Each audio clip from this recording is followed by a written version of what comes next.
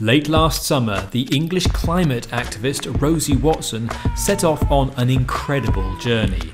With nothing but a small bag with a tiny tent inside, she set off to run from northern England to Mongolia and visit as many other climate activists and projects as possible on the way. The point of the New Story Run is connecting individual stories across the world and feeding them into something bigger, a bigger vision and story of how we can live positively and tackle the climate crisis at the same time.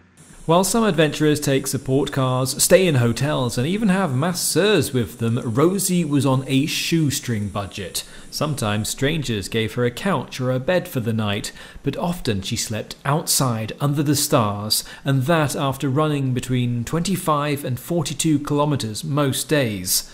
Such feats of endurance take their toll. Yeah, it's obviously been quite hard at points, and I'm on my third pair of shoes, I think.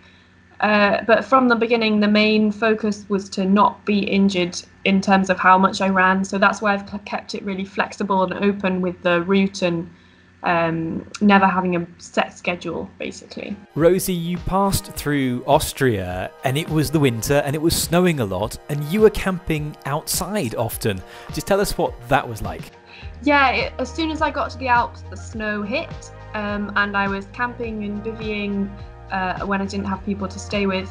So it was cold, but I had good gear and it was quite magical, really. I think the sleeping outside, I love doing that even when it's cold, so that wasn't too bad.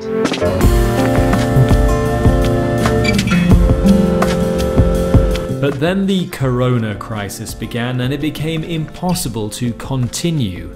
Luckily, her boyfriend Mike Elms was on a related adventure on a bike on a route that intersects Rosie's, so she's not alone. They're both hunkered down in a youth hostel in Kosovo. Now your adventure has been interrupted by COVID-19, all the borders closed and you're stuck at the moment in Kosovo waiting. Is this the end of your adventure? No, definitely not. COVID-19 has paused the adventure, but in terms of the long term, we're just waiting, and as soon as it's possible and safe, we'll carry on. The climate crisis is still there, so the adventure will also still be there. Finally, are there any lessons to be learnt from this COVID-19 crisis that are relevant to the fight against climate change?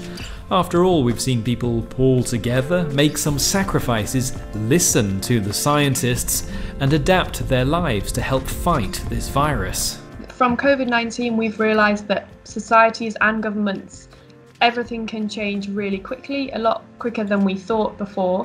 So in terms of the climate crisis, we'll be able to push for much quicker change in a more positive way, focused on freedom, and have the confidence that we can pull that off if we really try.